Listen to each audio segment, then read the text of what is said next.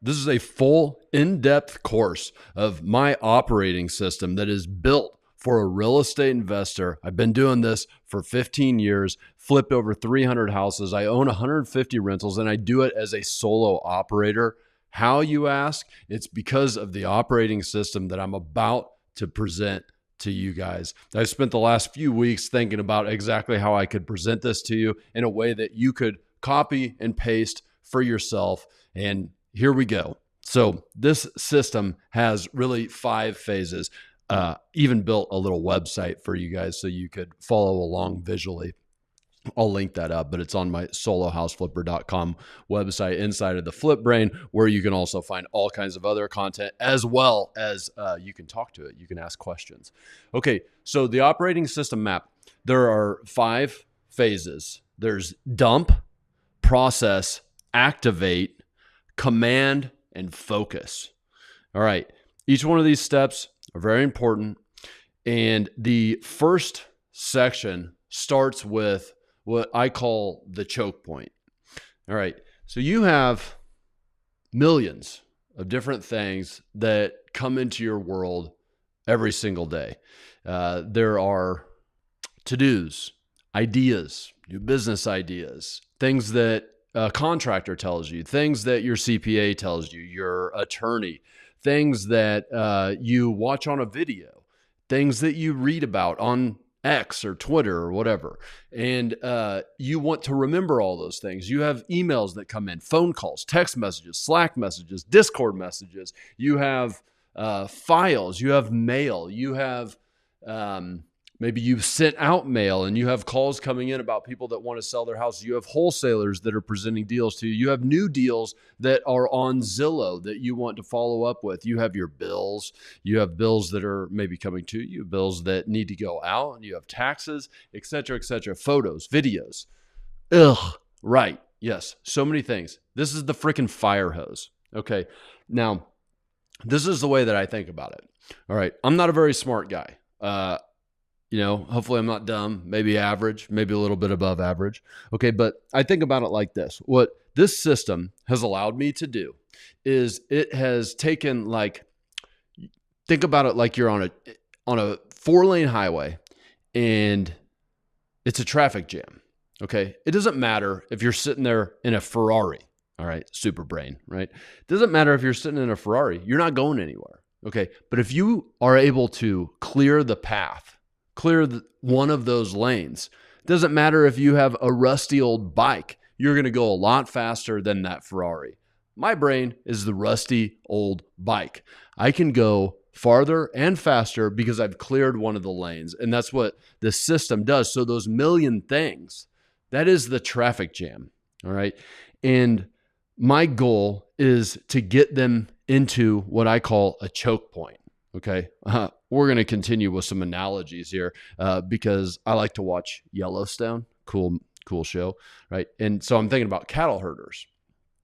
And what they do is they have all these cattle, okay? And they have their horses and, here goes, cattle goes that way. And they come in, they rein it in. They rein this one in. They're moving slow, okay? But they keep it all reined in, all right? They don't let any of those cows go outside of the big group.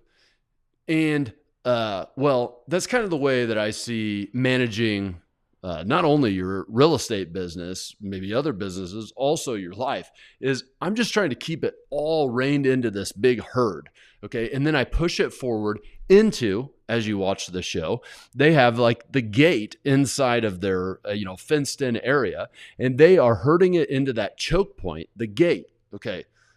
That's what we have.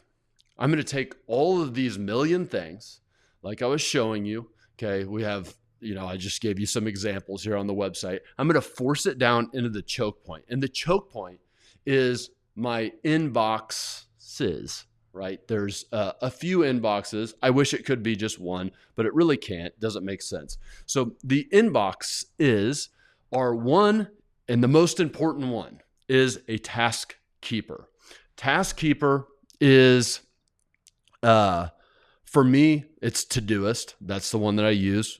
No affiliation, just that's the one I've used for years. It's great. It does the thing that is most important to me is very easy to get crap into the task keeper. Okay. I have different shortcuts set up on my phone to where I can just say, hey, remind me to do the blah, blah, blah. Remind me to get the milk on my way home. Okay. It's easy to brain dump the fire hose into the choke point. That's why I like that one. That's the main feature that it does for me. But there's all kinds of them that does that or that do that. Hell, you could keep a little pad. You could keep sticky notes in your pocket and write them down if you wanted to. Okay, that's what I do sometimes when I'm on vacation and don't want to have my phone in front of my kids. And okay, so you have your main task keeper, but you're also going to have a couple other inboxes. You need a digital file inbox, which would be like a Google Drive or a Dropbox, because you're going to get files like PDFs and you got to put those somewhere. And a task keeper maybe does that fine, but you're ultimately going to have to move those, as we're going to talk about here in a second. So it's kind of pointless. All right. So it's better to just have this digital file, digital inbox, right?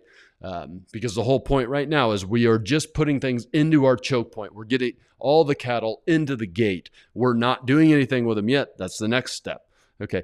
So then the third and final is your physical file. Like literally in the other room, I have file cabinets because I get mail, get titles. I get, title to my truck, deeds to houses. There's like certain things that you just have to keep physically. All right. I like to get everything into a digital file if I can. Sometimes you can't. So we got the physical file. All right. Before we move to the next point here, I just want to say the most important thing here is that you trust yourself to get things into your choke point. All right. So you just can't leave things go. You can't miss on this because if you do, you will not trust your system. If you don't trust your system, it is no good to you. Okay. If you haven't collected everything, if you haven't hoarded all the cattle, how are you going to process them correctly, right? You can't. And so you can't trust your system. If you don't trust your system, you will not use your system. And guys, I just want to reiterate the importance of this. The way that this started for me is I had a kid and I knew that I needed to be in at night. Okay. I knew that I couldn't just, when I had too much to do, I couldn't just work all night to handle it, which is what I used to do. So I had to be in the house. I had to spend time with my family, of course. But the thing is, I'd go inside and it wouldn't shut off. This lets you shut it off. And I call it the second brain system. It's not a second brain. It's a backup brain. You trust that everything is backed up so you can use your brain for what it's worth. Remember, Ferrari, rusty bike on the highway.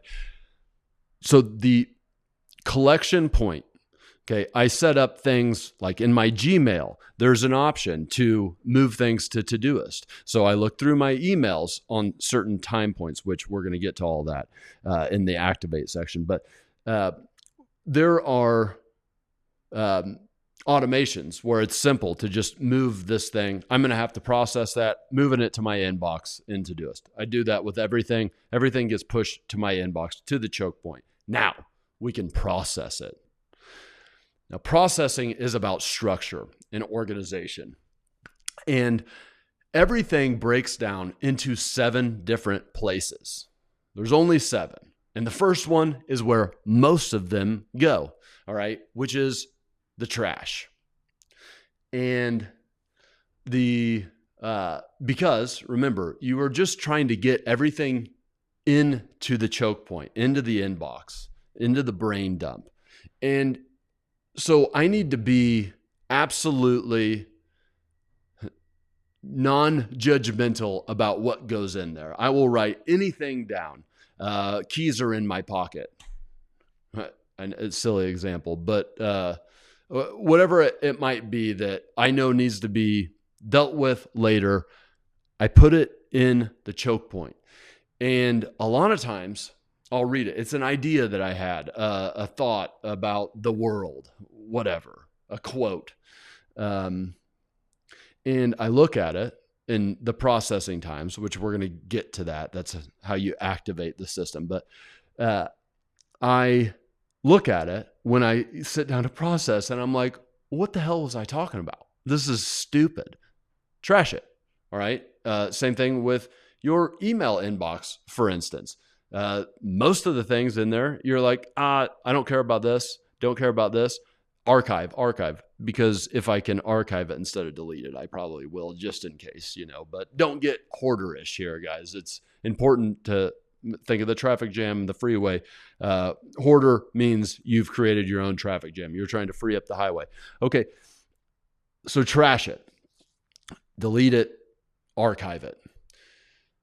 That's where most of the things go. Okay. But next, there is a back burner.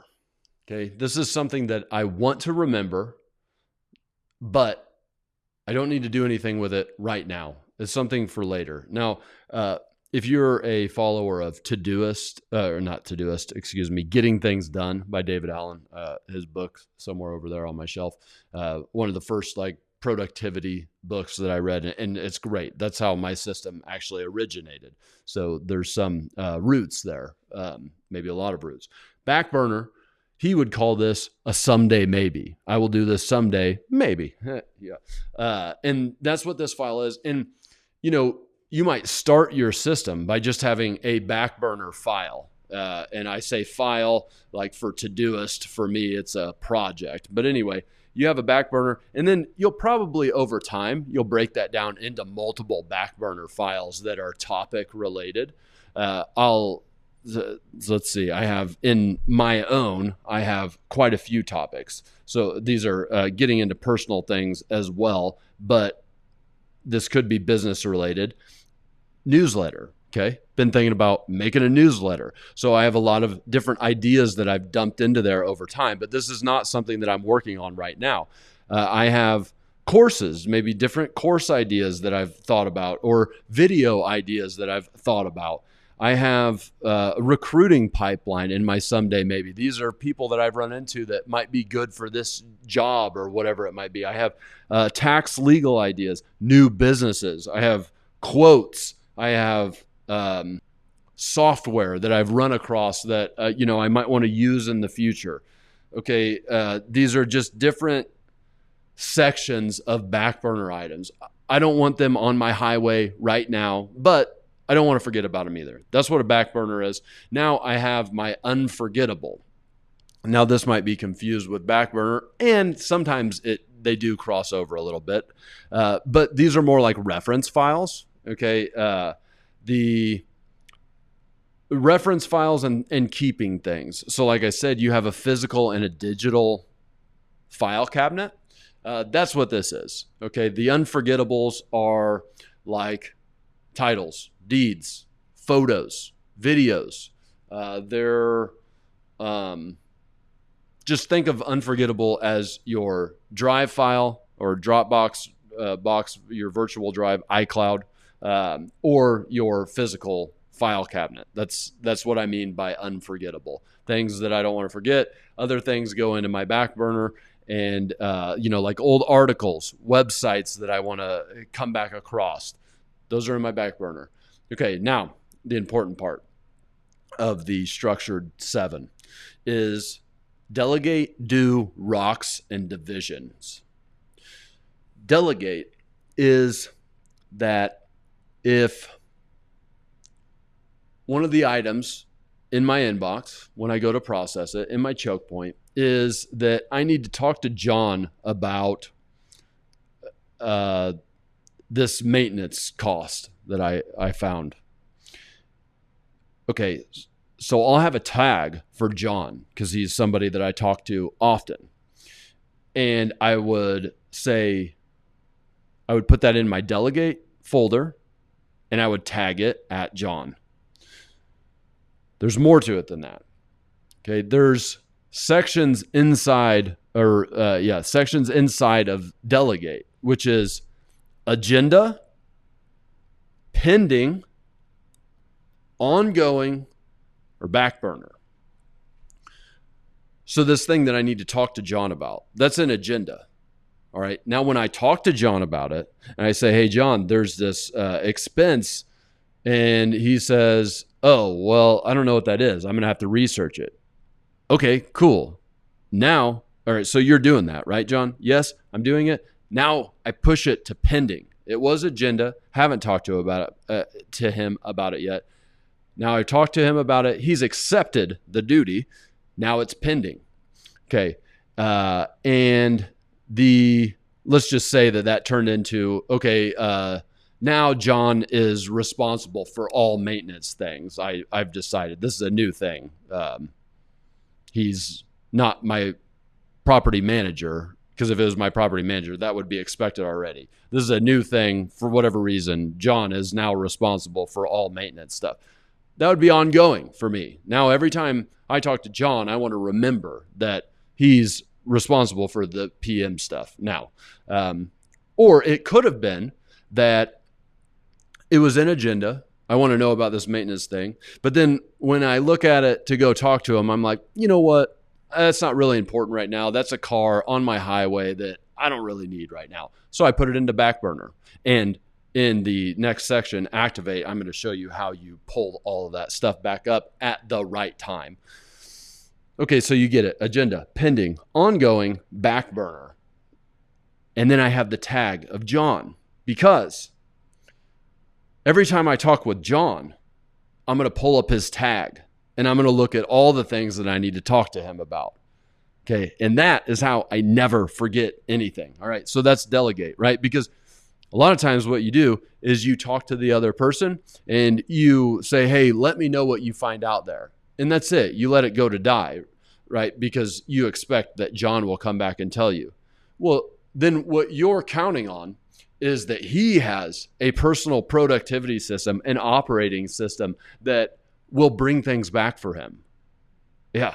Do you trust that? I sure as hell don't. Okay. So I trust myself to keep track of the things. So that's what I do. That's delegate. Now I have do. There are things that I personally have to do. As we get down the road, you'll find that I fight like hell to make sure that there's never anything on my list. But sometimes there are things that only you could do. We're going to get into all of that at a later time. But do breaks down into a few different groups. It's execute or next action. These are things that I personally need to go do. Okay. If my wife calls me and says I have to pick up milk on the way home, that is an item that I have to do. There's no way to delegate that. We'll get to all the delegate stuff at some point here, but I'm going to go do that one. All right. There's other things that only I can do. Go on an appointment for buying a new house. I want to see that house. That's me doing it. Okay, so there's execute, and then there's thank. Okay, this is, for example, before I made this, however long this course is going to be, and this website and all this kind of stuff, I spent days, weeks actually, thinking through exactly how I could put my whole operating system into frameworks that would fit for you as well. Hopefully I succeeded. But anyway, that was on my think list. I had to think through all of those things, all of those little details. And it was on my think list for weeks, because sometimes you have to go deep into something. Okay, so execute, think, and then research, which this is something that I need to get online or whatever, do some deep research on to understand a little bit better. Just to be clear here, there's also like reference in back burner. Okay, there are some articles or whatever that I look at and I'm like, okay, I would like to know that, but later. This is not a car that I want to put on my highway. But there's other things, like for instance, let's say that I'm working on a direct mail campaign. So I'm learning about motivation lists, and I find an article that has to do with that. That is going to go on my research right now because it is relevant to what I'm doing. And I know I need that information now. I just don't know what the information is. Execute, think, research. The final one is calendar. which we're going to get to. Okay, that is the whole section on activate. Right now we're in the section of the choke point, brain dump, process. That's the choke point. And then next we move to activate, and that's where the calendar really comes into play. So now we have the sixth section, which is rocks or projects. Rocks are Stephen Covey, the 7 Habits of Highly Effective something. That he talks about rocks. That's where this concept came from. And then the book Traction, Gino Wickman, they also talk about rocks, which are basically quarterly goals, quarterly projects. And the important distinction here is that a rock has an end date. And it's, under 6 months for sure, usually under 3 months. And it has a definite finish line. And you don't want a lot of these. You can only handle so many rocks. And we're going to get to, in the command section of this course, how you actually break down and get to your rocks. But a rock is going to be, for me, a file or a project on my Todoist in this case. And it is going to be, let's take the direct mail campaign thing as an example. Let's say that I haven't sent direct mail yet. However, I want to learn how to do it. And I want to, my goal is to get my first mail campaign out, which to make this more concrete, I want to get my first mail campaign out, which means that I need to learn how to build lists. I need to learn the different, the buy box, the different audiences that I could send to, the different pain motivators. I got to figure out how to actually do that. I need to learn more about all this. So I need to collect a lot of information and education. Then I need to actually figure out how I'm going to send the postcards. There's a million different supply houses. They're all confusing as can be. I need to figure out what type of copy I'm going to have on the cards themselves. Blah, blah, blah, blah, blah.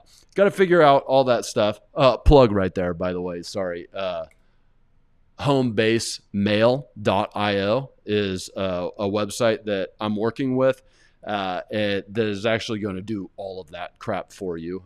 So that has been, for me, a humongous project because, over the last 90 days, been thinking a lot about that specific thing, right? And so that was a rock.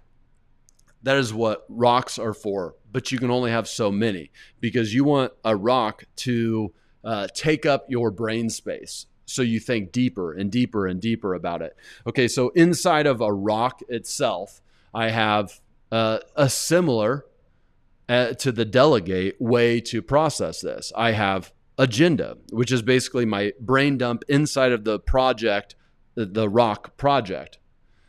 And then I have pending, something that I'm currently working on. I have ongoing, and I have back burner. All right. Even though it's only a around 90-day project, I still have back burner things that I'm going to come back to. Okay. So that's how I keep pushing things forward. Cattle herd, moving it forward, right? Not letting any of them go out of the way. And then the final piece are divisions. And I have a whole section, the whole focus section is a deep dive into divisions. But divisions are focus items, yes, but they're never ending focus items.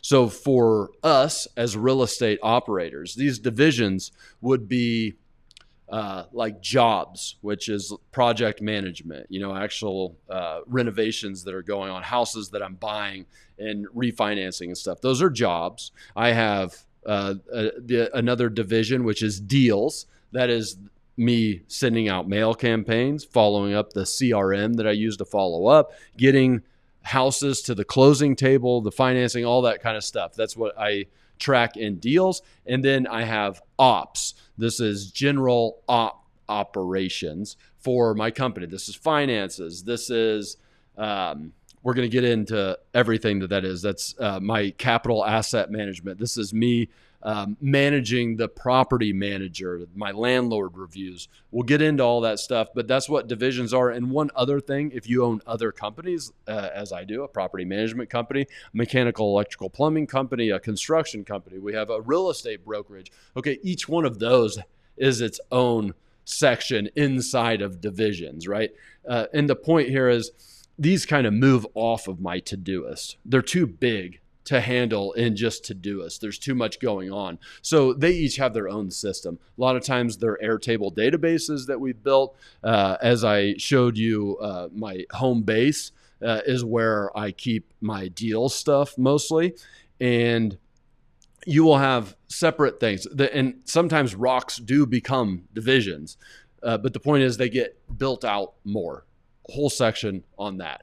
All right. So far, where we're at is you have the million things that come in. And the million things need to be squeezed down into a choke point. Remember the cattle herding analogy, you're going into that gate. That's your choke point, and there's really the main inboxes there.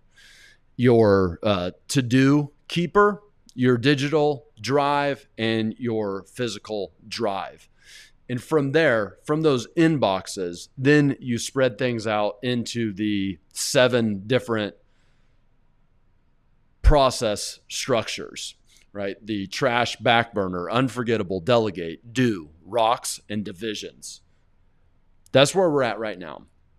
The problem is that even if you are maniacal about keeping track of all of that, you still have only created an organized database. But a database has no life.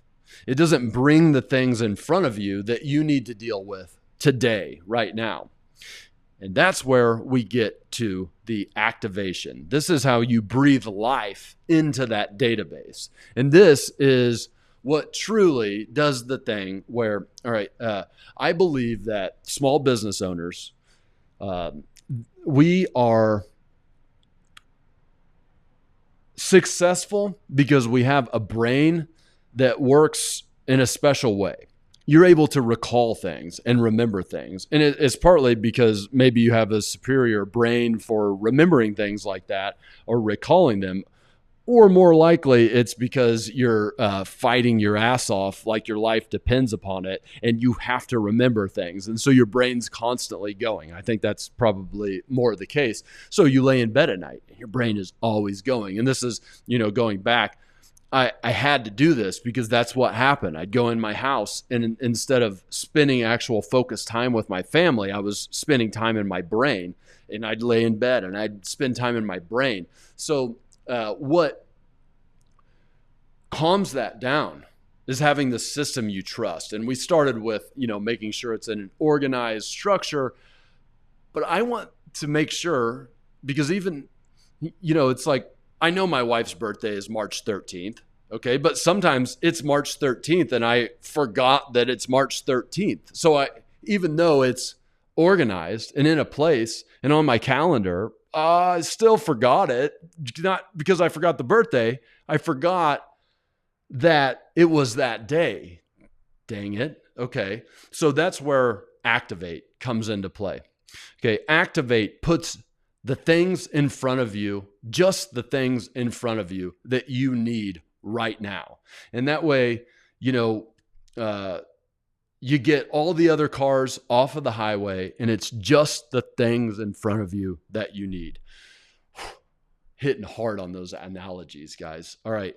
So here we go. We got from choke point to activation. Okay. Without triggers, you only have a database. I said something like that, right? Okay.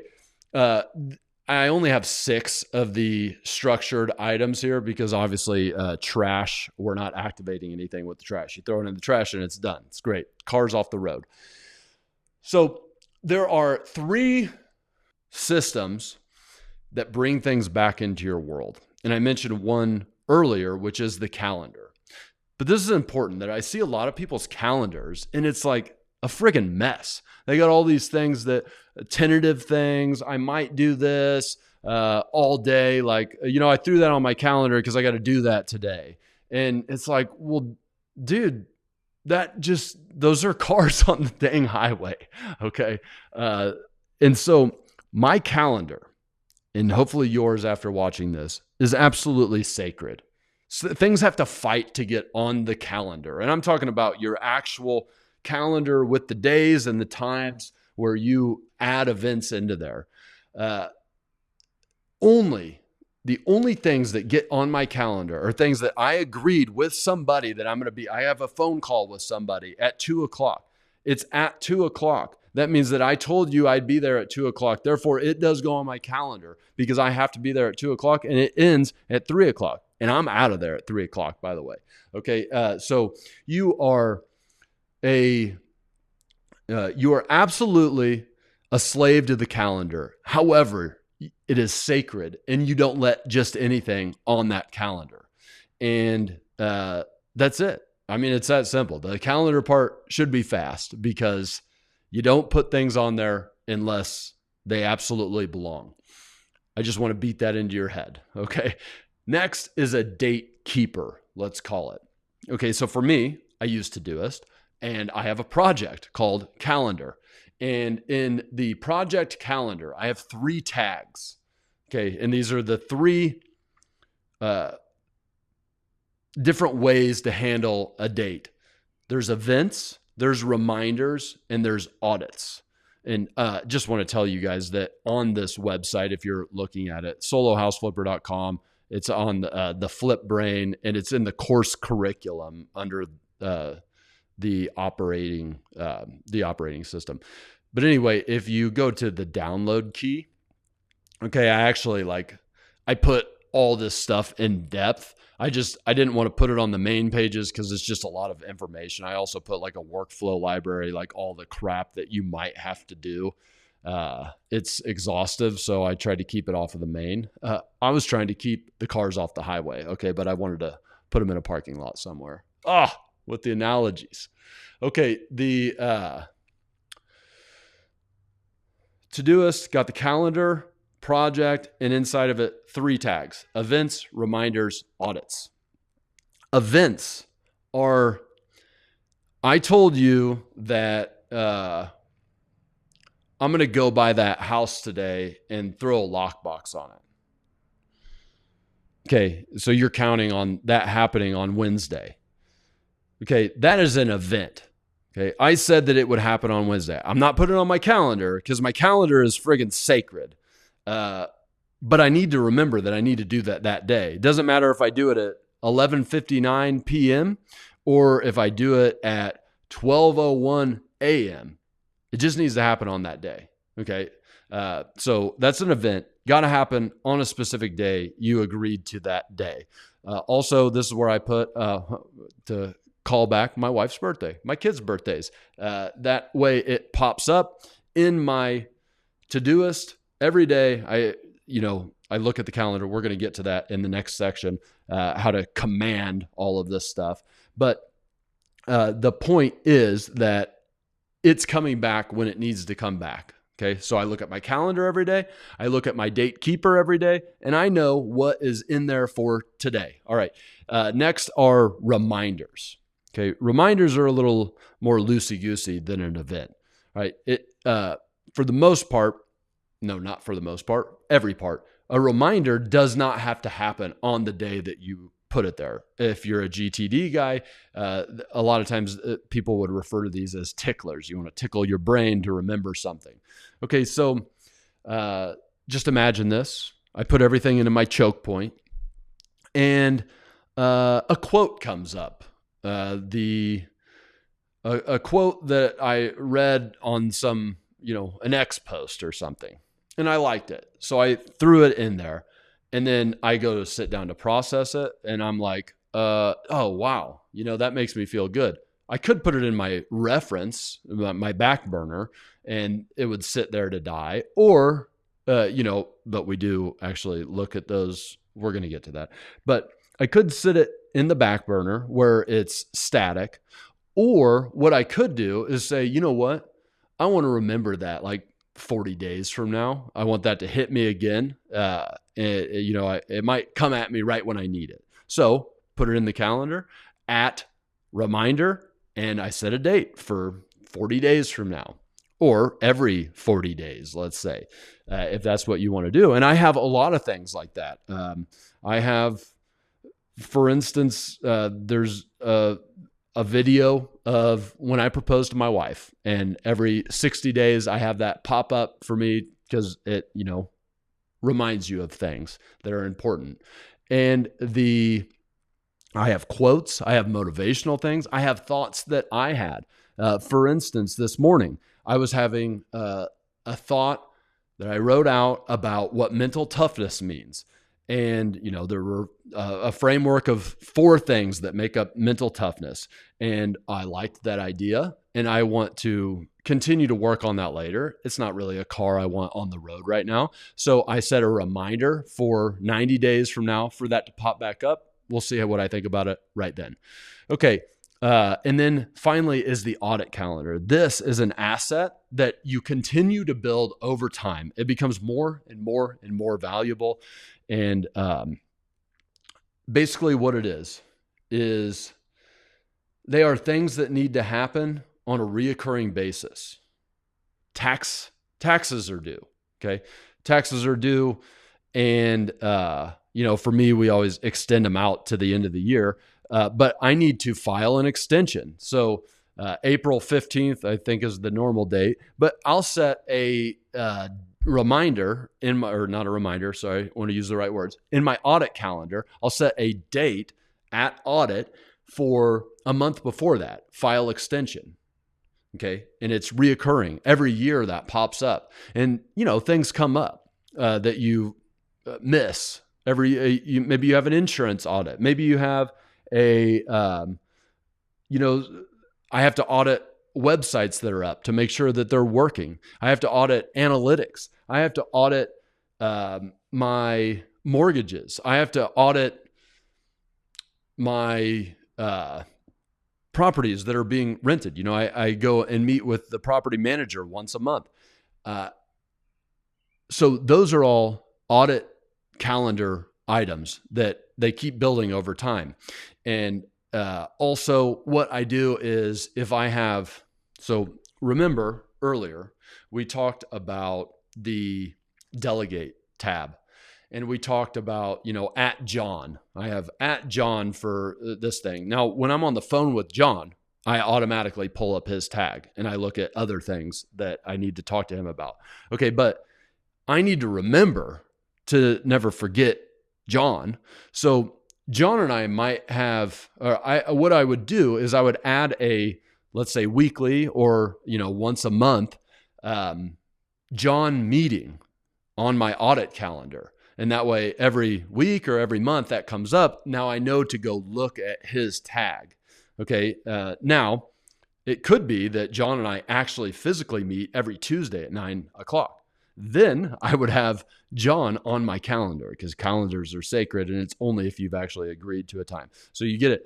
I have at John every other Thursday on my audit calendar, and I know to go look in there. I might call him that day. We might not actually have a meeting. The meeting's for me to remember things. And I might go look and say, there's a couple of items on his agenda, but I'm not worried about it right now. So click off of his meeting, and in a couple of weeks, it'll pop back up. And then I'll decide at that time. So that's what the audit calendar is all about. And that is an asset that builds over time. Now, finally, we have the third point. So we have the calendar, we have the date keeper, and now we have the checklists. Okay. I have broken down once again in these resources in the parking lot. Yep. In the download key, you'll find these checklists, and basically it's a daily, weekly, monthly checklist where I'm just going through. I've built these to make sure that I've hit everything. And guys, you don't have to follow my system completely. I'm just trying to set a foundation for you to build, to customize for yourself. But every day, let me just go through some of the items for you. Download key. Here we go. Daily journal, right? I got my journal. I do my journaling. Okay. And we're going to talk about that, by the way. I know, weird, but you're going to see, you'll like it. Fill calendar, set alarms, because every morning I'm going through my calendar, scan inboxes, process communications, process text messages, process phone calls, blah, blah, blah, blah, blah. Weekly, I want a weekly journal reflection. I want to review my weekly notes, review the calendars, check all the pending items for people that I've delegated to. Monthly, I'm going to look at my profit and loss statement, my cash planner, et cetera, et cetera. You get the idea here. That's what the checklists do. So here's where we've gone so far. Dump, brain dump, okay, that goes into the choke point, that then gets processed into the structure, the 7 processing structure. And then from there, we have the triggers, which is the activation. That's what we just got done talking about. The activation is the calendar, which is sacred. And then the date keeper, which has 3 sections: events, reminders, and the audit calendar. And then we have the checklist: daily, monthly, weekly checklists. Daily, weekly, monthly checklist. Now, the question that you should be asking is, how do I know what things I should be doing every day? What items are the priorities for me? There's so many things. What are the priorities, and how do I determine what those are? And that's where the command section comes into play. That is know exactly what to work on. And here's the framework that I use to decide this. And basically the goal for me is that, yes, I do this journal every day because I like to handwrite things. I guess I started this process. I used to do it digitally. Maybe you want to do it digitally. I started doing it on a handwritten journal because I like the process of having to write it. Okay. So even if you do it digitally, you should still have to manually do it. That's for brain help. Okay. But mostly it's because I try to limit the amount of times I'm on a phone or a computer in front of my kids. So that's where the journal came into play. But I've been using it for a long time now. But the goal is that I want to, at the beginning of every day, have the 3 things that I'm going to work on. And that's it. Okay. Today, it was to film this video was the top priority for me because I knew it was going to take a long time. And so that was one priority. Another priority was to work on the final stages of the home base that I showed you. And the third was to complete my landlord review for last month. I had to go meet with the PM. Okay. Those were the 3 priorities for me today. I am not going to end my day until I get those 3 things done. Okay. So I had just filmed the video, and then, I've broken down exact things that I need to do. I don't have to do the whole project. There was a task on each one of these things that I needed to do. Those are my priorities. How do I get to that? What led to these 3 things? And how am I so confident that I can throw everything else to the side? I will say no to absolutely everything today. You want to get coffee? Not going to happen because I got these 3 things to do. So how am I so confident in those 3 things? That's where the rest of this comes into play. So it all starts with a pyramid. And the very bottom of the pyramid is what I'm going to do today. In hindsight, I guess it probably would have been the opposite. That would have been the peak of whatever. Okay, so starts with vision, right? And vision is what purpose you have for your life, what your mission is. And, this, if you guys follow me, you know that I have the different sections here. One of the sections is the philosophy, which is basically why I do what I do. That is my vision. Okay. I'm not going to get into that right now because there's videos on exactly that. I think I hit on it pretty heavily in my 7-hour house flipping course that's on my main channel at Ross Paller, which is where I'm going to post this video. So it'll be there. I have another channel at Solo House Flipper. And So why I do what I do, to make it short, it's for freedom. What I believe is freedom, which is working on what I choose to work on every day. But it's not even about me having freedom. It's about my kids seeing me have freedom. Telling them isn't the thing. Them seeing how I live my life is the thing. That is my vision. That's what I want to do. My ties, nah, that ain't for me. Okay, I want my kids to see what freedom looks like.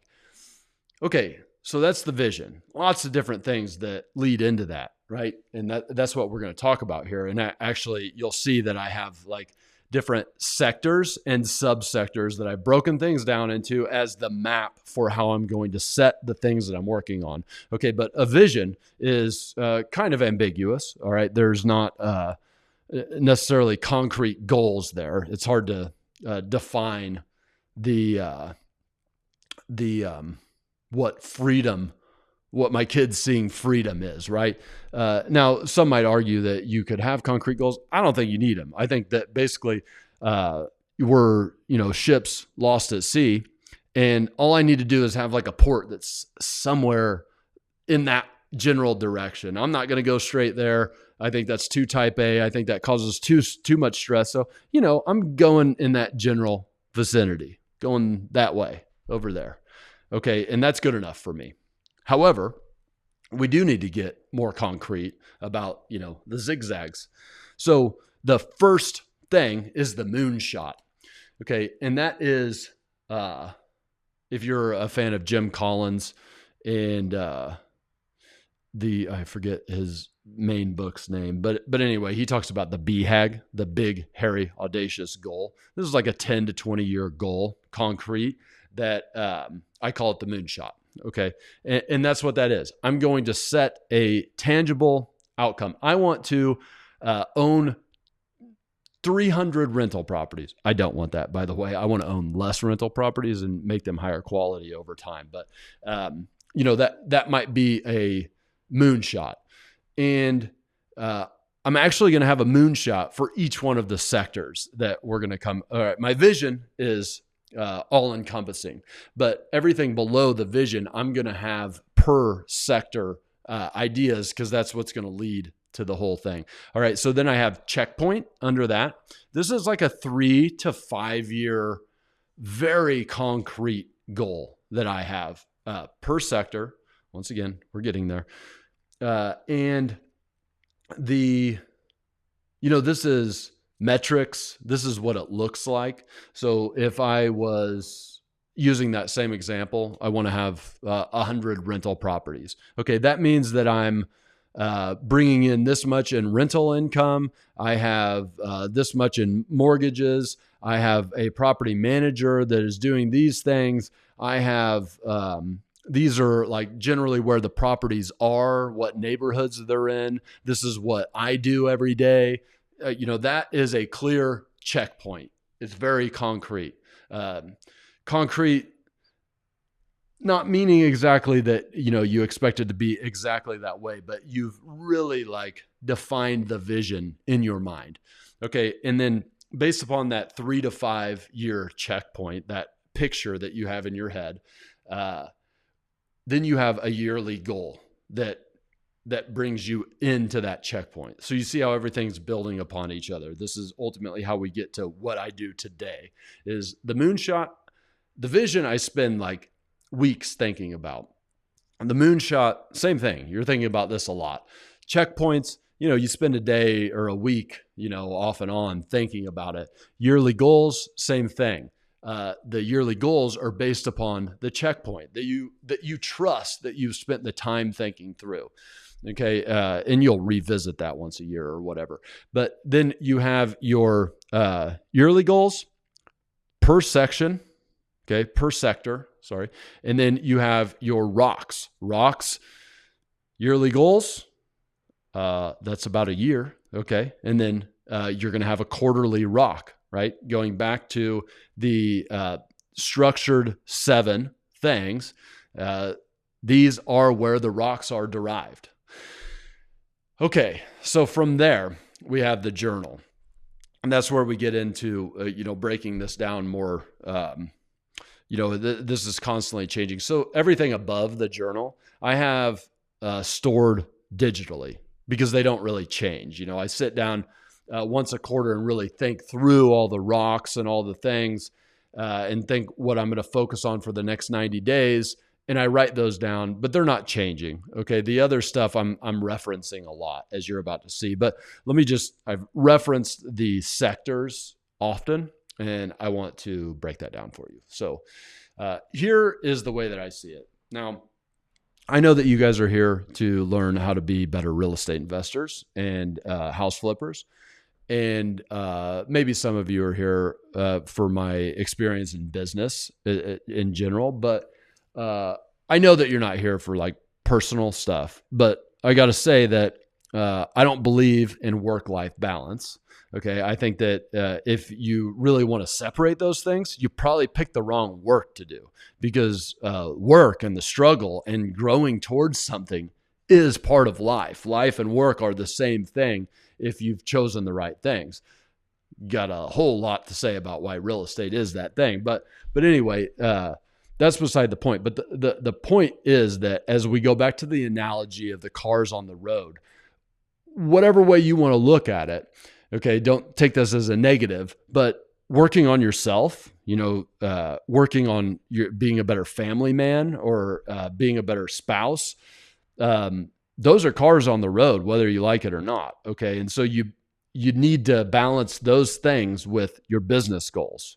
All right. So we have to talk about it a little bit.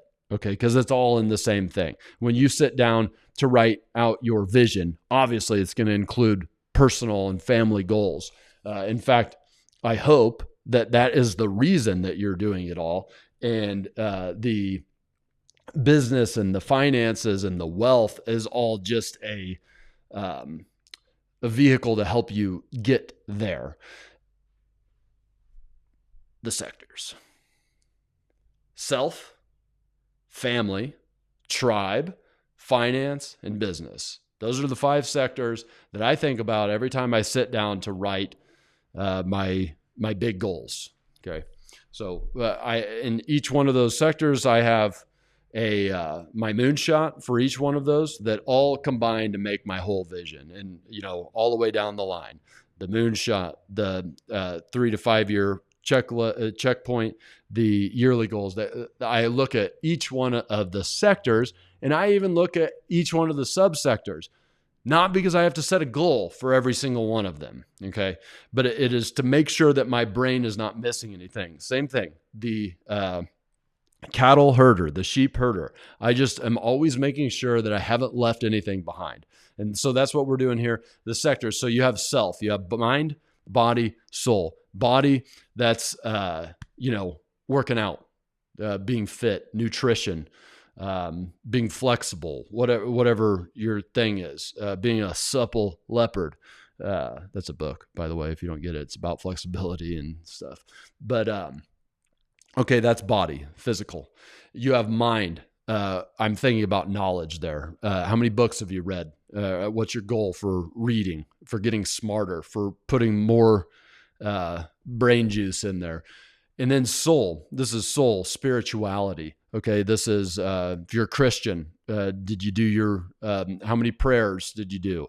Did you read what's your Bible reading goals this year? If you're a Buddhist, how many times did you meditate? Did you read the Buddha book? I don't know, not trying to talk any crap on any of the stuff. I'm just saying, whatever your spirituality is, here it is. Yoga.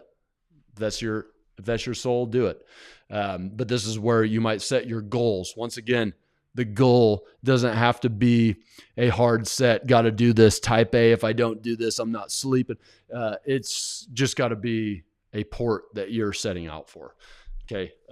You don't want your striving for something better to actually make your life worse. Okay. Productivity.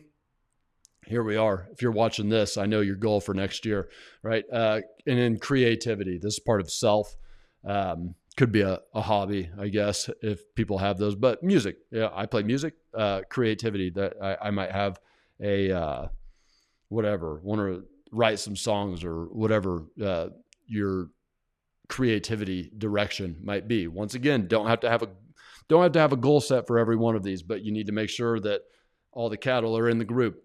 Family is the next sector. Family man. I want to take 4 vacations this year with my family. That's what I'm talking about with family man. Husband, I want to go on a date where we hire a babysitter once a month with my wife. Dad, I want to teach one of my daughters how to play piano, another one to ride a bike. And, I want to, whatever your goals are, want to teach the other one horseback riding. I don't know how to do it. So whatever. Household. This is, I want to rebuild the deck at our house. Okay. Household goals are literal on our house. This is my honey-do list. All right. Tribe. I'll be honest.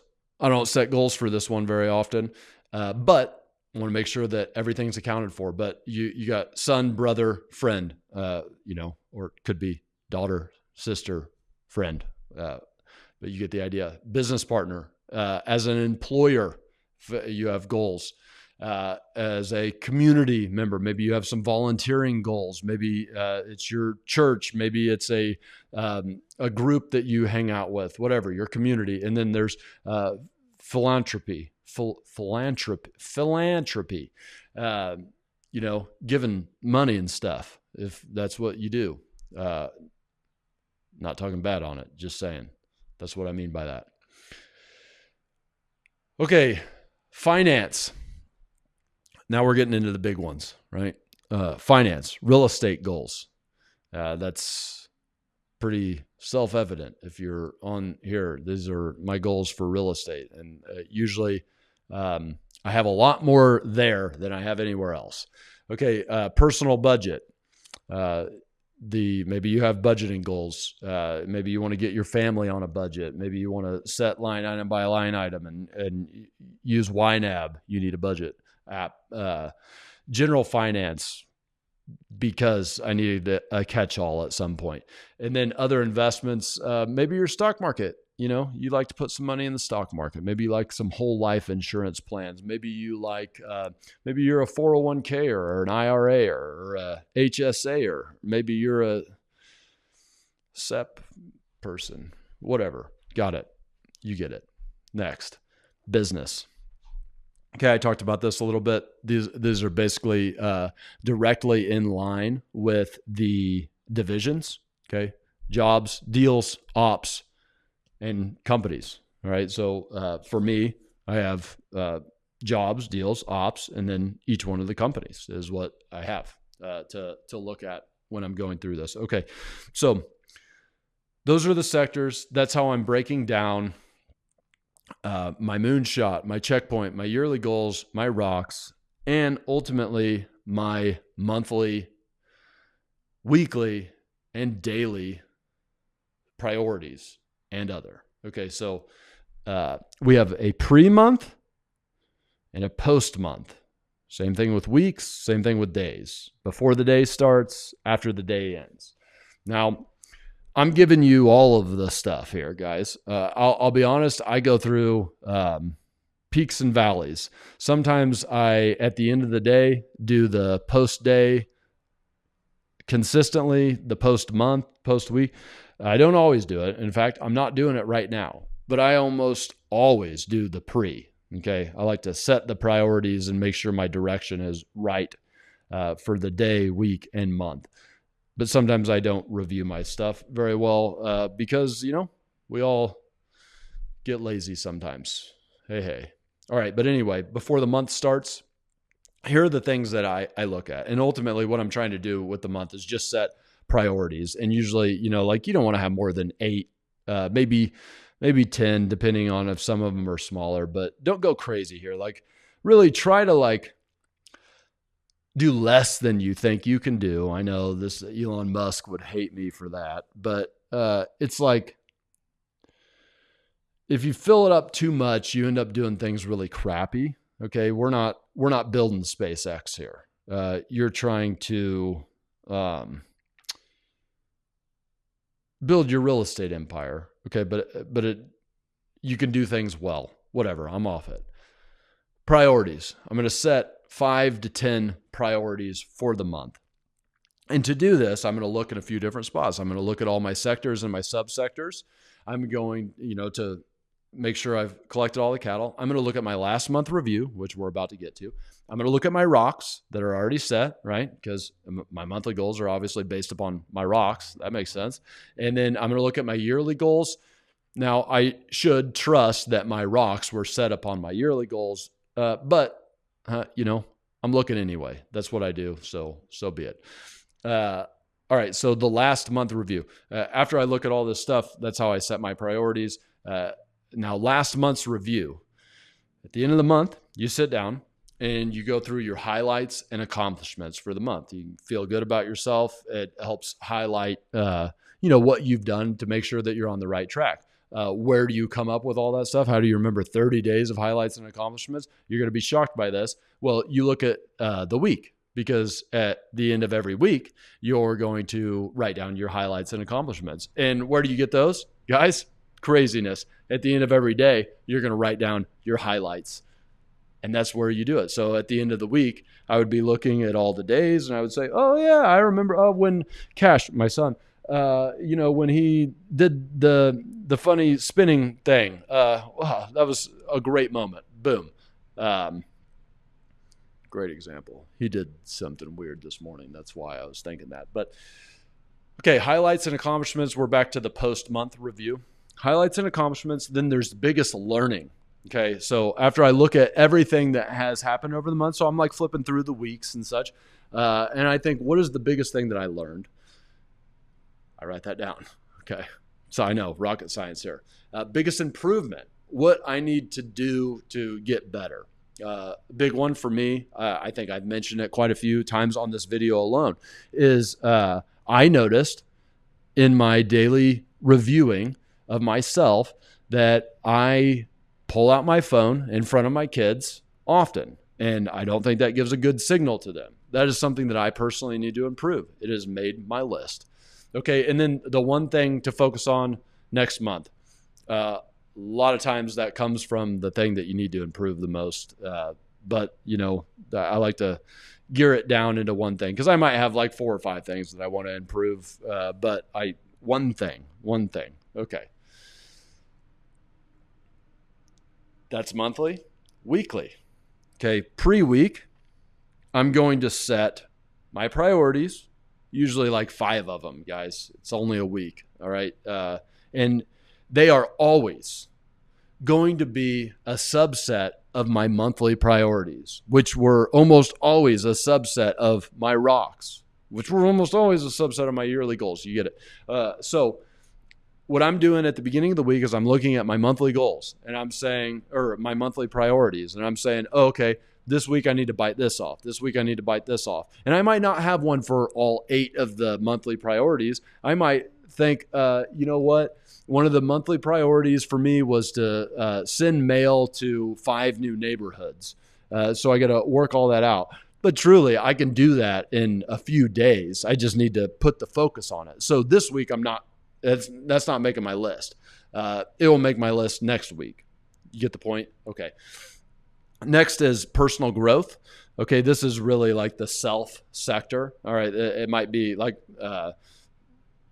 I want to hit the gym 3 times this week. I want to do yoga 2 times. I want to meditate or pray 5 times this week. Might be your personal growth goals. I want to read 3 chapters in the Daily Stoic.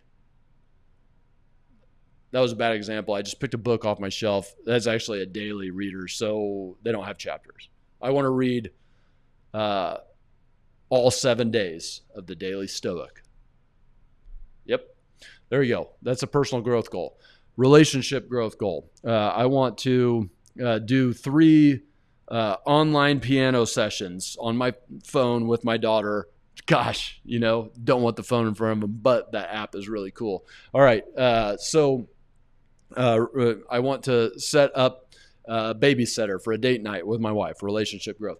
Looking forward to, one thing that you're excited about, looking forward to is whatever, new mail campaigns going out. Can't wait to see how many calls I get. And now, important, learn, write, think. So I want to think about one thing that I need to learn about. Using the same example, I need to learn about how to build lists in for direct mail. Okay, that's your one thing to learn about. Write about. This is on there for me because I think that writing is an important thing, and partly why I do the content, because it gives me the opportunity to sit down and think through things, and that's what I write about. Like, for instance, this video right here. It was on my write list for multiple weeks because it took a lot to think through. Okay, and weirdly enough, then there is think as well. Think is, okay, direct mail. Let's take that as an example. I need to think through like the list filtering systems that I'm going to use. And remember, in your do of the structured, the organized 7 fields, your do, you have think. All right, that's where these are derived from. These are things that I need to think through. This week, I'm really going to think through this one thing. I'm going to set aside a couple hours to go in and think by myself about that thing. Okay, post week, the highlights and accomplishments, we talked about that. Habit insights, which are directly correlated to my personal growth goals generally. Meaningful moments, which are generally directly related to my relationship growth, which, by the way, this could be tribe as well. And then improvements, just like we talked about with the month. What things did I suck at that I need to get better at? Did I, whatever, you get it. Okay. Now this is the big one. Okay. The daily stuff. This is what it's all been working up to, is how we get to what the hell do I focus on today, and how am I sure that it's the right thing to focus on? Whew. Before we get to that, let's do the post day. At the end of the day, your highlights, okay, they're fresh in your brain, hit them. At your best, at best, the thing that I did that I'm, proud of for myself. It's something that I was working on. I was working on this friggin' phone example. That's something that I'm working on. And at my best, I recognized that I was about to pull out my phone and I didn't do it. I was at my best. Could be something simple, guys. You're trying to highlight the priorities for yourself. Unrest. This is an important one. When were you annoyed, pissed off? When were you anxious or stressed out about something during the day? And I'll tell you, when you start doing this, it'll be a lot. And over time, it will stop being so much because you'll become the watcher of yourself. It is the truth. I'm not trying to get woo-woo here, but you will understand yourself better than ever when you start thinking about those things. And ultimately, I derive improvement from there. Remember, the improvements for each day I look at each week, blah, blah, blah, blah, blah. Okay, now, priorities. Okay, so every day I sit down with my book in the morning while I'm, my kids are having breakfast. And I look at my calendar. I look at the date keeper, right? And if I've done things right, anything on my calendar I have to do. So you see on the right-hand section here, there's actual times. I have 8 a.m., 9 a.m. I break it all down on my journal there. And I write down the things that I have scheduled that I have to be at a certain time.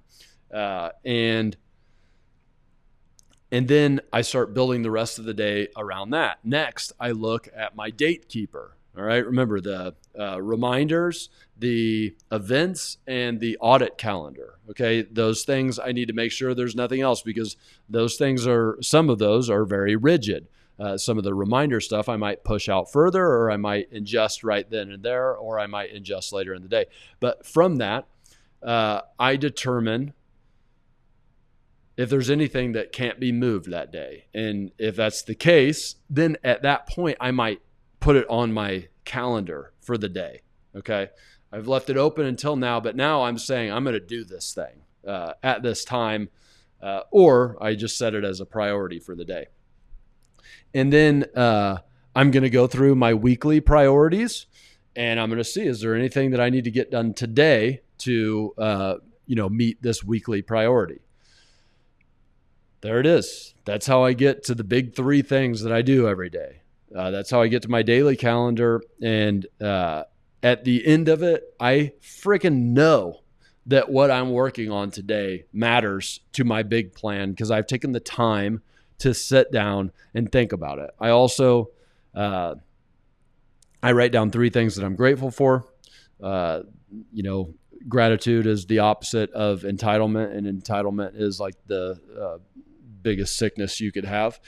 And then my vision restated. I have my vision at the top of the pyramid, and I write down the things that matter every day. I don't know if you believe in the manifestation thing or not, but I will tell you this, okay? And I'm not saying I believe in it either.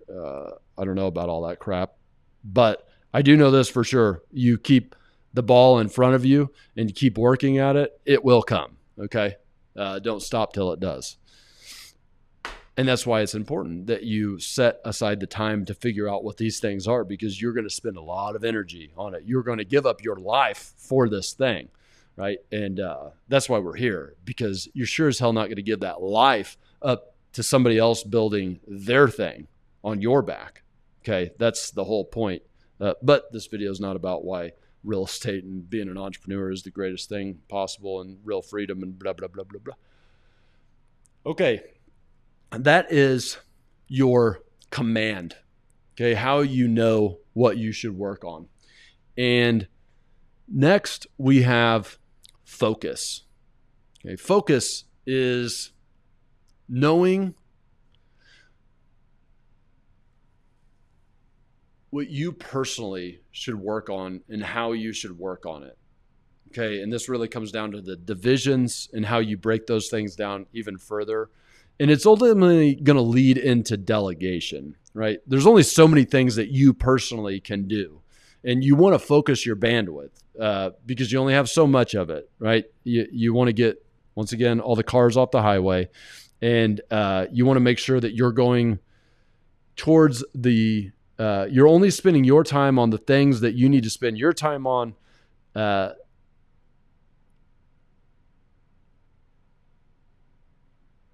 And that's what focus is about. Okay, here we go.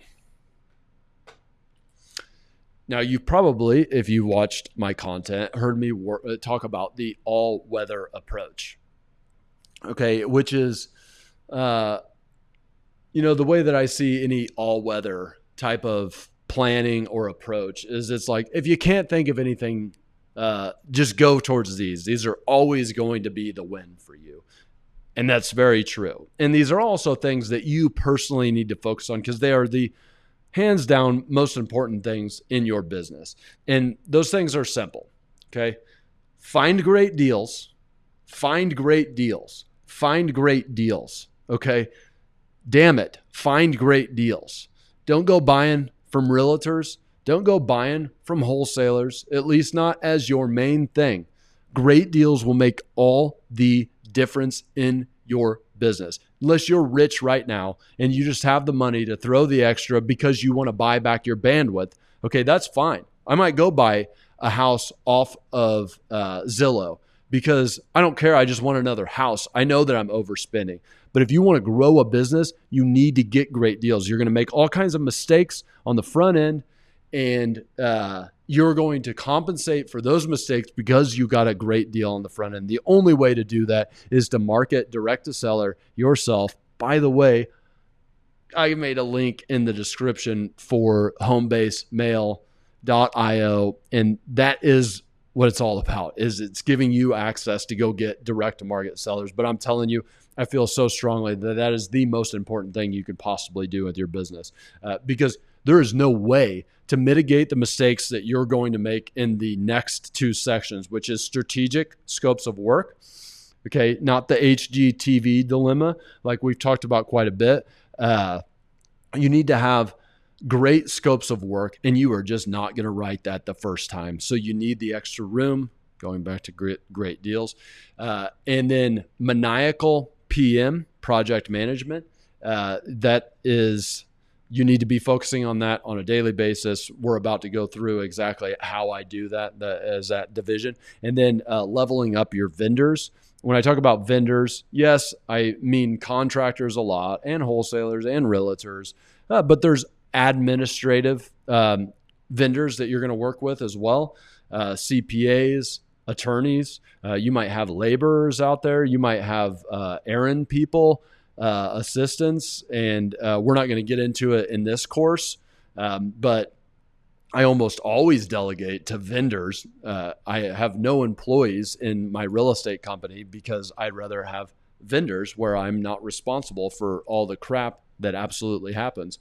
And I know that you might be sitting here thinking, well, I'm going to have employees because blah, blah, blah, blah, blah. I thought the same thing for a decade. And you see that now that I have built a business, I've decided that no, I don't want those at all. You see the correlation there. I've learned the hard way. Okay, and then so all-weather approach, and then there's just necessary operations. Okay, obviously there's crap that you have to do on a regular basis, and there's no way you can't. Now you're going to delegate as much stuff as you can. Ultimately, to these vendors, not talking about that in this course, but they are just things that exist. And I just want, well, first I'll tell you that these things basically break down into the three divisions that we've gone over multiple times throughout this course. But, there's jobs, deals, and ops. Jobs is your project management. So writing strategic scopes of work, maniacal PM, even recruiting and profiling and keeping follow-up with contractors in a CRM is really part of jobs. But I'm going to go through, you're going to see the, different ways that I break that down, the systems that I have inside of there. I'll show you.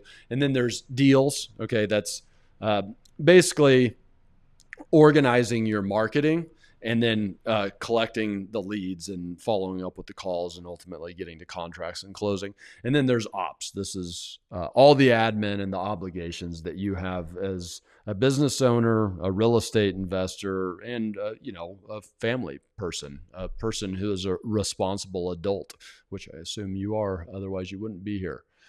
Not saying that younger people can't watch this, but if you're going to buy houses, I assume you have other things together.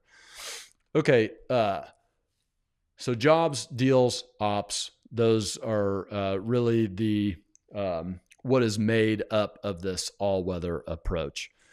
And the thing that I wanted to show you is that here in resources, I showed you the download key earlier that kind of had everything broken down in a little bit more detail with a bunch of stuff just to, help you find all the cattle that need herded.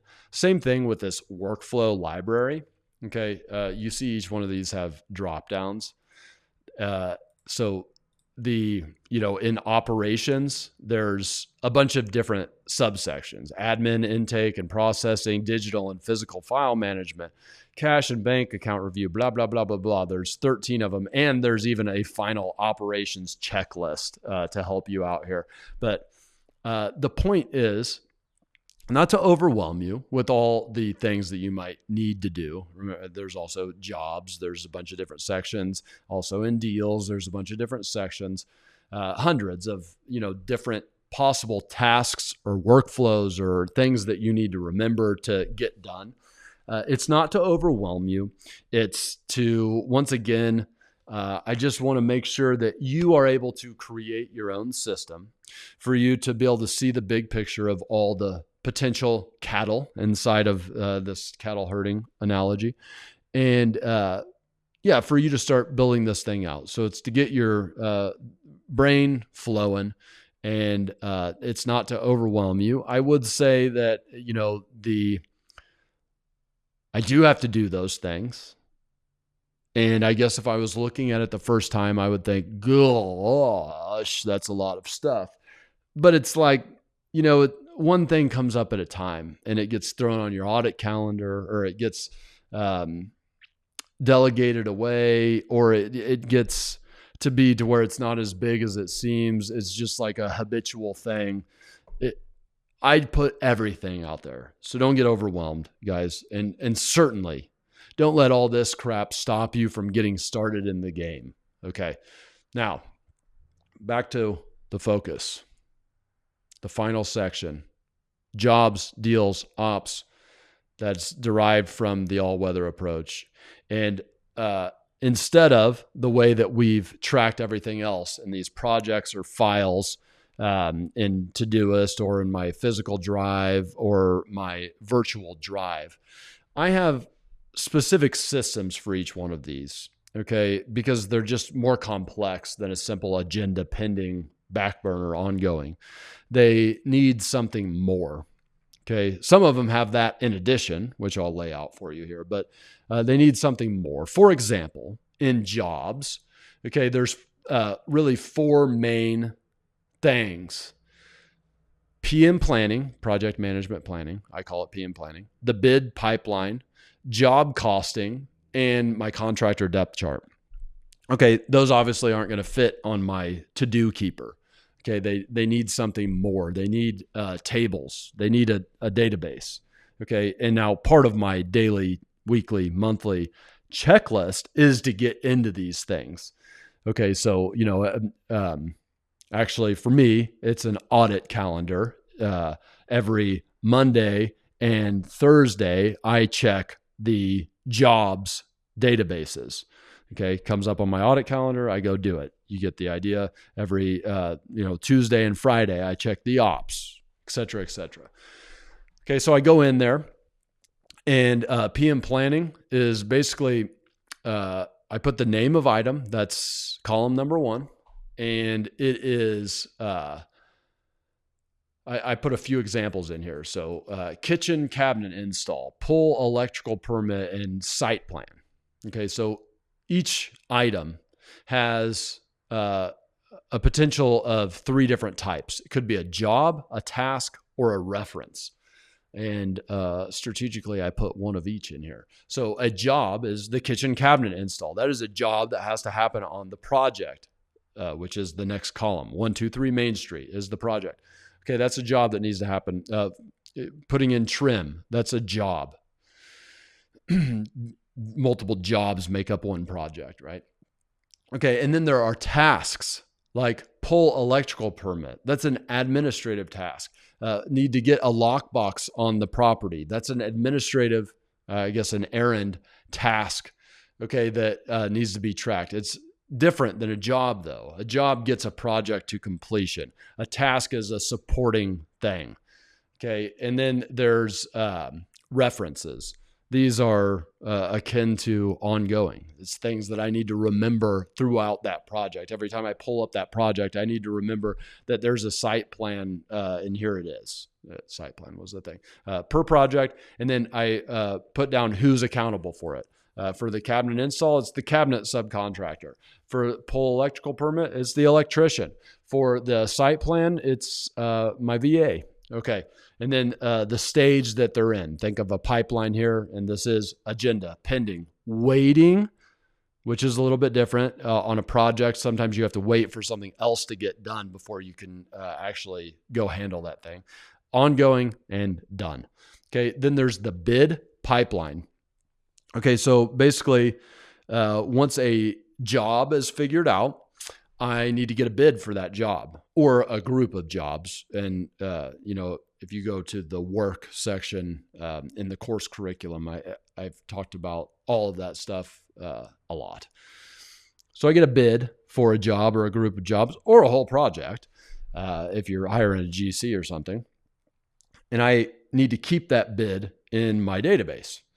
And I might collect multiple bids for that. But then it moves to the next phase of the bid pipeline, which is approval or denial. I need to approve one of those bids or go get new ones. So once I approve it, I then let the person go get started with the work, and eventually they get to a payment checkpoint and they are going to send me a bill. So then I have next phase in the bid pipeline is a bill is received, and I need to check that to make sure that it matches what I'm supposed to pay at that point. I want to make sure that I'm never too far on the money, meaning I paid for more than the actual work they've done. So I go do all my checks. And once that happens, then I approve it or deny. And of course, I would give them feedback on why I denied it, but I approve it. And then I go deliver them a check. That's my bid pipeline. Okay. That requires a different thing than a normal project. Okay. And then job costing is basically a transaction log. So I keep track of the expenses. Okay. And really there's three different categories. There's contractors, an invoice from a contractor, materials. I bought paint at Home Depot, and there's other costs like permit fees, dumpster deliveries, let's say. Okay. And I just need to keep the amount. I need to know what each project is costing me, especially if you start scaling up and doing more than one or two projects at a time. You really need to be able to separate those things. And I mean, I know a lot of new people that aren't keeping job costs at all. And, at the end of the year, they're going back and trying to figure out those things. No, you need to figure it out as you go, because you also need to understand when projects are getting out of hand. And everybody thinks that the project costs less than it did. It always costs more than you thought it did once you start adding everything up. Finally, there's the contractor depth chart. Okay. That is me. Once again, if you've gone through my other content, you know how important this is to me to constantly be recruiting contractors and other vendors. Okay. But especially contractors. That's the lifeblood of your business. Okay. And so, if I'm at a stoplight down the street, I see one out my window. So if I'm at a stoplight down the street and I see a van pull up that fits my profile, right? Profiling is also in the course curriculum here. But if I see one that fits my profile, I will take a picture of their phone number and I'll follow up with them later. It's like a leads pipeline, just like a sales pipeline. All right. That's the way that I see the vendor pipeline, the contractor depth chart. Okay. So here are the columns. I have the name of the person or company. I have the contact info, their phone and email. I have the trade that they're in. That white van was a painter. I knew it because their company was called ABC Painting, right? And then status. So the status is active. Okay, this is a contractor that I'm working with right now. Jeff, he's the plumber, and he's currently on jobs. He is an active guy. Then there is the bench. Okay, these are people that I have worked with. Excuse me. These are people that I have not worked with. I've talked with them. Okay, so it's the person at the stoplight. I got his number. I was following up with him.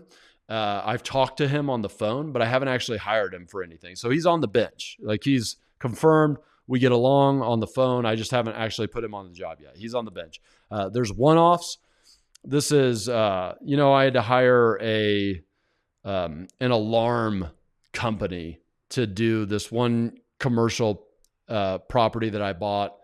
This might be a bad example, but it was an security alarm company. It's a one-off. I'm never going to do that on a residential property. I'll probably never use those people again unless I'm doing a different commercial property. But for right now, he's a one-off to me.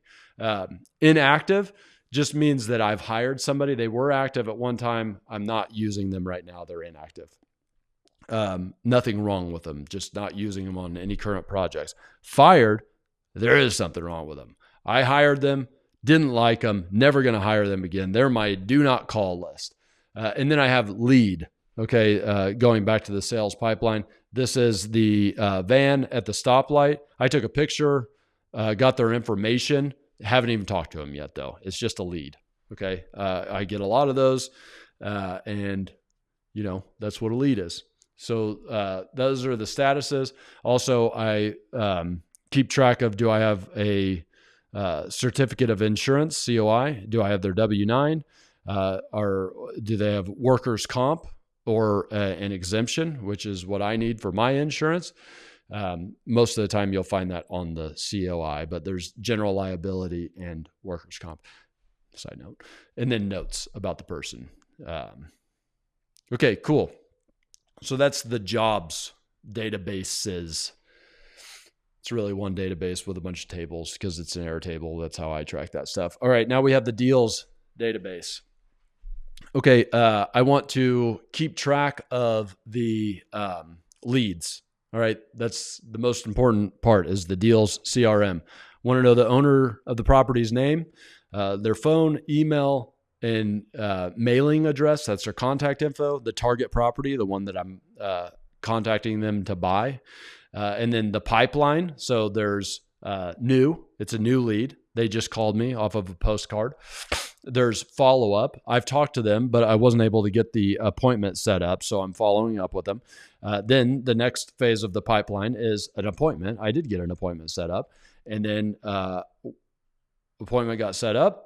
It went under contract. I gave them a contract. They signed the contract, and then it's on to closed. That's the pipeline. So I have their pipeline position. And then I have status, which is either live, drip, or DNC, do not call. Okay. And you can see here, if you go to leads, this is on home base, by the way, but we have all the leads. Okay. What phase they are in the pipeline.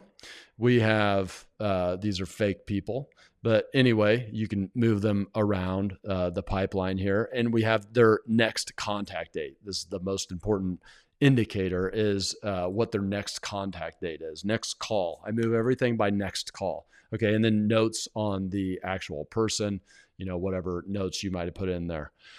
And now we have campaigns. Okay. So I want to know, each campaign that I send out, which for me is postcards. Maybe you're a cold caller or whatever, but I have my May full list. That's the campaign name. April full list. That's my campaign name. I keep track of all the neighborhoods that I included in that campaign. So for the May list, there were 33 neighborhoods. I guess I added 2 since the April full list. And inside of those neighborhoods, I want to know what buy box I used, which for this, I used the broad buy box, which is a bunch of different things. Which audiences I sent to. So landlord, owner occupants, heirs, and failed flippers, and then motivation lists on top of that. This is all filtered. Broad buy box to audience, and then there's actually modifiers on the audiences, and then the motivation lists. Like, for instance, they have liens that just got put against them. They're in pre-foreclosure. Those are motivation lists. Lots of them. There's 58 of them. And then what it cost me to send that mail and how many responses I got. That's what I keep in my campaigns category. You can see right here to easily keep them just like this. Okay. Now I have my ops database, and basically I have an operations list project, just like all the other ones, agenda, pending, waiting, ongoing, back burner. That's how I deal with a lot of ops. But there's also financial statements, okay, your profit and loss statement, your balance sheet, and your cash flow statements, okay? And I wanted to be software agnostic here, but I mean, QuickBooks is, of course, like what most people think about here. There's other ones too, Xero with an X.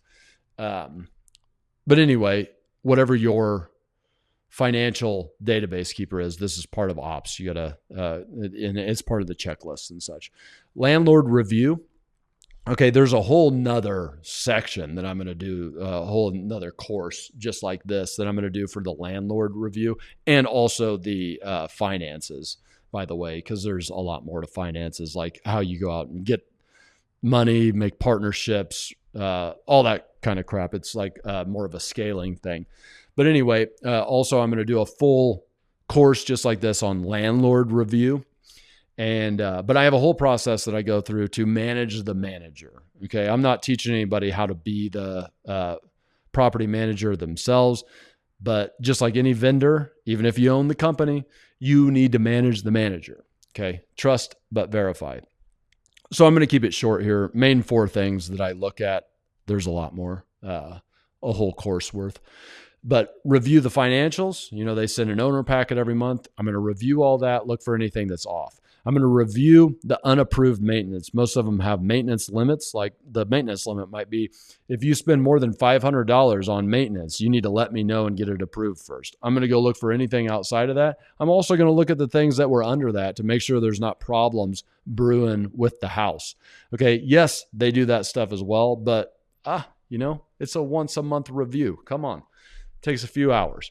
Review lease expiration dates. I want to look and see, are there any leases coming due next month or the month after that? And do we have a plan to get somebody in place there? And then confirm actual to expected income. On this portfolio of houses, there's 10 houses in there. I should be collecting $20,000 a month off of those 10 houses in rent based on the lease agreements that are in there. But I only got 19 grand. What happened? Okay.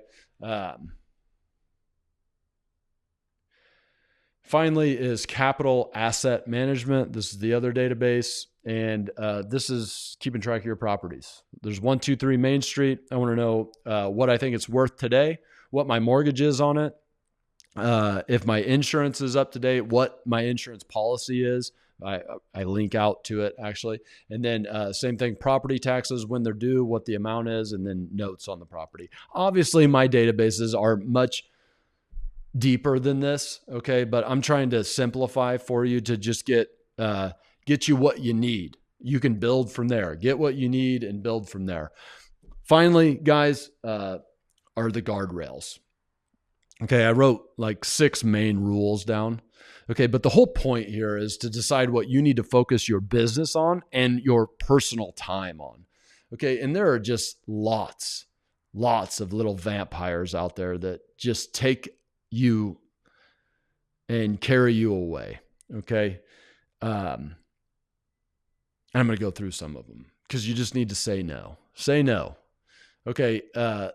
Say no to anything that's not one of your priorities, right? We went through this whole system on how you determine what your priorities are. Don't break it. Do the priorities. And if it's not the priorities, don't do it. Say no. Your buddy wants to go get coffee? No. Your mom wants to get brunch? Sorry. Let's schedule that thing. Okay. You need to set days or times to check communications. They are a black hole that will suck you in. I'm also talking about email inbox here. They're a black hole that will suck you in. You think that you're just hopping in there to look at a thing real quick. Next thing you know, it's 2 hours later and you've responded to every email and you forgot what you were working on. Okay, you're never going to get anything done. You're never going to reach your priorities if you get sucked into these black holes. You just have to set the time in your audit calendar or on your checklist on when you go through those. I only check my email on these days. I am not going to check it otherwise. Okay. If it's an emergency, it will come back to me. I'll find out about it. I know it. I'm confident in that. Okay. Same thing with communicate. I have my phone on do not disturb 99% of the day. Only my wife can get a hold of me if an emergency happens. In fact, there's only maybe 5 to 10 people who have my actual phone number. Most people have a VoIP system, which I also have on do not disturb, because I want to control what I do every day. I don't want anybody to be able to disturb me from the priorities that I have set out for myself. That doesn't mean being an a-hole. Okay. I'm going to get back to them, but it's going to be on my schedule. Okay. It's your life. You own it. All right. Avoid LIFO. This is a sickness. Last in, first out. Everything first goes through the choke point, right? Okay. Something comes in, whatever it is, your buddy comes and says, dude, did you see that violation the city put on your property down there? Oh no, I got to go do something about it right now. Even though I was sitting there working on priority number 1 for the day, I have to go do that. That's last in, first out. No. Okay.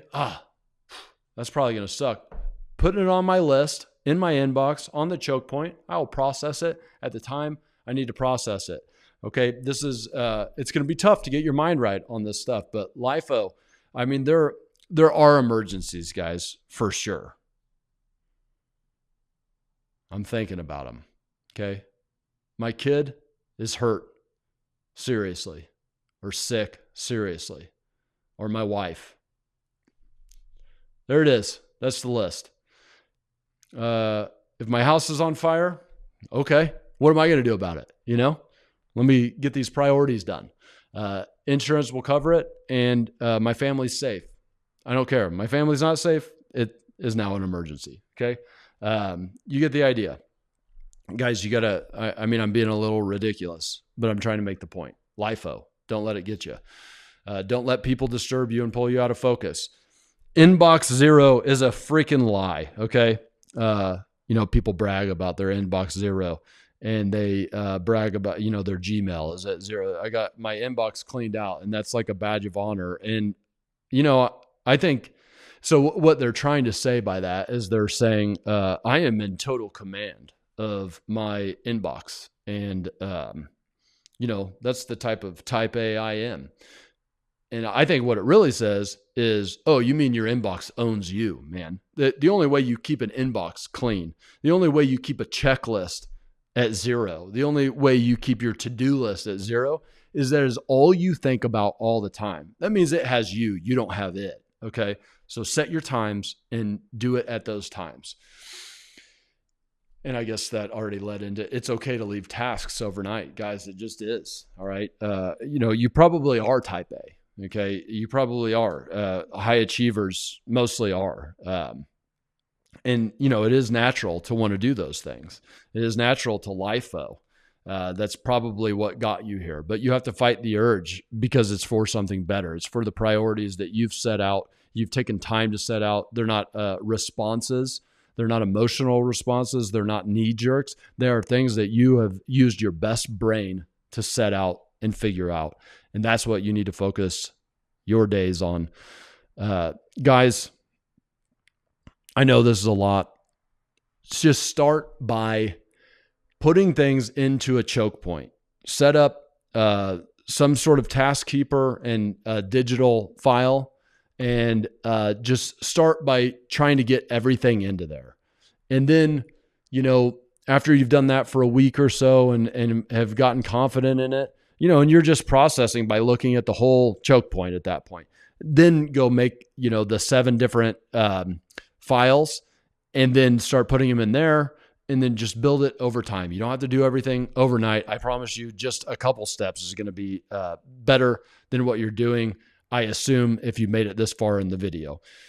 And, I've alluded to this a lot, that, it's probably achievers that are watching this, and great. I know that I probably cut a lot of people out of this video because they're not interested in things like this. Awesome. I'm not trying to get 1 million views. I'm trying to spend my time with the type of people that want to get better at this, want to do, to make themselves real estate operators or take themselves to the next level. And fortunately, I've been at this for a while, and we have a free, for now, school community where it is nothing but those type of people. You'll really enjoy spending your time with them. Like I said, it's free for now. Links in the description. Just join, hang out with us. People are putting in their deals, and there's other people who have a lot of experience who are helping them with their opinions on it, how to talk to contractors, how to list house on the market, what to do about inspections and inspection resolutions. We're all in there talking about it. I try to answer every question in there as well. So get your help. Come join people who are like you. And I basically know that you're like us if you've made it this far in the video. Hope you enjoyed the course. And if you like this video, you'll probably like this one as well. Have a good day. Bye-bye.